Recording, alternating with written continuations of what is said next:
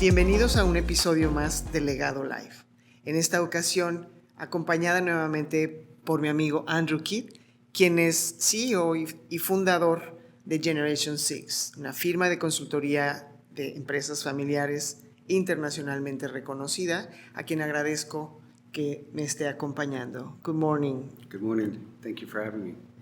Well, let's talk about this issue of the fears that some founders or current generations might hide or simply express in a way that not always is communicated in the right way. So. Yeah. Well, when you talk to families and you talk to the next generation or the parents, you often find that there's this stalemate between the generations. The younger generation just wants the parents to step back and make space for them, and the older generation keeps saying, well, they're not ready yet. And a lot of that is built around fears. And understanding the fears of the older generation in that conversation is really important. And so let's be real that most of the leaders who are in succession are still men. So gender matters in this conversation. The research supports that succession goes more smoothly when women are involved. And part of that is an identity question, is that men still get a lot of their identity from economic production and from their work.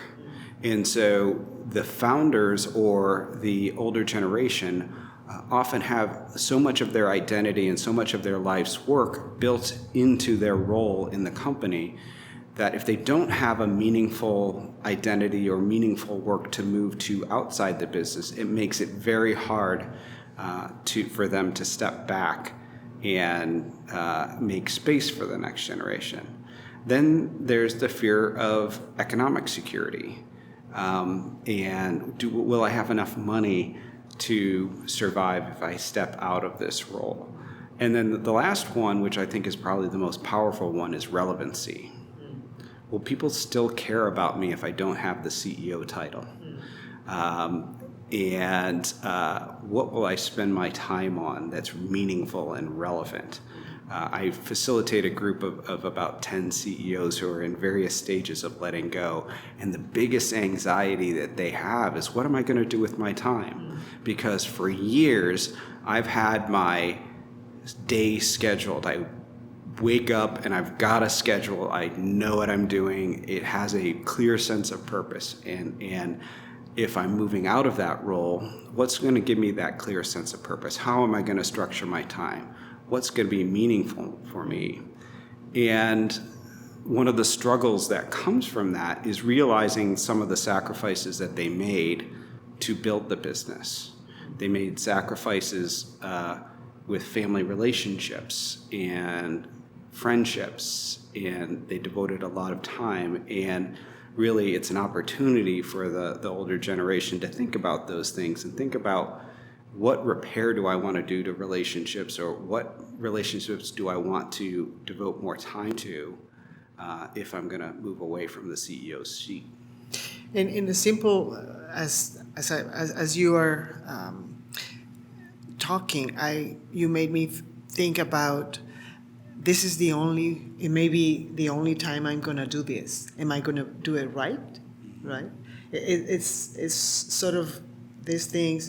It's like when you get married. I guess you believe that this is forever, and what if I don't choose the right person, right? It comes with this internal, as a person, as a human being, that we are vulnerable in those situations, in those decision makings that make a difference. Like, this is a big change for a founder or someone in a leadership position to keep going, letting go.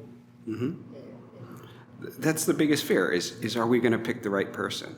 And that comes back to, have we done the right preparation? Because we may not pick the right person, right? We may make one or two mistakes before we find the right person. but have we prepared the family? Have we prepared the business? And do we have the governance in place where we can recognize that, right? So do we have family governance that has the family aligned around what the succession process is going to look like? Do we have business governance to hold management accountable, to hold that successor accountable for performance, for continuing to create a vision and a strategy that's aligned with the family shareholders? And if we've got good governance, then hopefully we'll figure out if we've made a mistake quickly and move to change that. But the nuance to this is that sometimes founders feel like if somebody has a different style of leadership, it means they're not as good, right? And so a successor may come in with a different style of leadership, a different... and usually that's the case. Right. And so you have to understand that when we're talking about a successor, we're not trying to replicate what the parents did, right? We're trying to find somebody who has the skill sets, the talents, the passion, and the vision to take the business through its next phase of growth and success, and not just repeat the past, right? Because the challenges of the future may be very different than the challenges that the parents faced. Yeah, there is a very powerful phrase I want to share with you that comes along these words, is make the next generation be the first generation. In a way, is giving that, that space for them to not only to contribute, but to make it as if they were the founders, or they were those stewards that will move forward because of what they believe is something that they can add value to. There's a story that came out of my research with Next Generation members that Bill Wrigley shared. So in the Wrigley company, Bill's father had this reputation for managing every little detail of the company. So there was a saying in the company that if you wanted to change the carpet in China, you had to talk to his father. A multi-billion-dollar organization, having that type of detail being managed by the CEO. And so Bill was trying to lead in a way to emulate his father. He was trying to do what his father did. But he had different skill sets. He had different passions. But he was working so hard to try to repeat and follow what his father did that he was negotiating a business deal in London with Indian partners while trying to manage an ad campaign back in Canada, that he knew his father was going to look at every little detail, and he got so physically ill that he had to leave the meeting. And he said to himself at that point, I'm not going to make it to 40 years old if I keep trying to do things the way my dad did.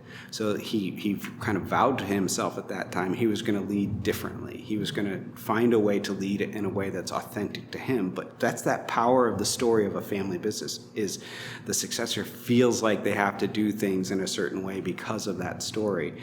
And that's that challenge of wrestling with what do we need to hold on to and what do we need to change.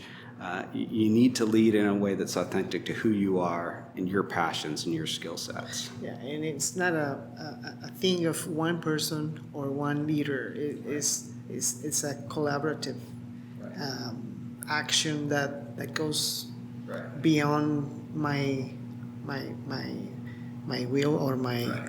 You don't. If your organization is dependent on one person for its success, then you don't have a very strong organization.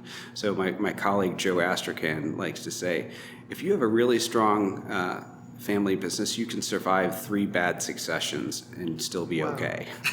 So that requires having a strong leadership team around the CEO, a committed shareholder base, strong financials, and good governance to oversee. Yeah, to support these complicated and complex decisions to make. Right. They must not only be willing, but also make sure that this continues the legacy. Mm-hmm. Thank you very much, Andrew.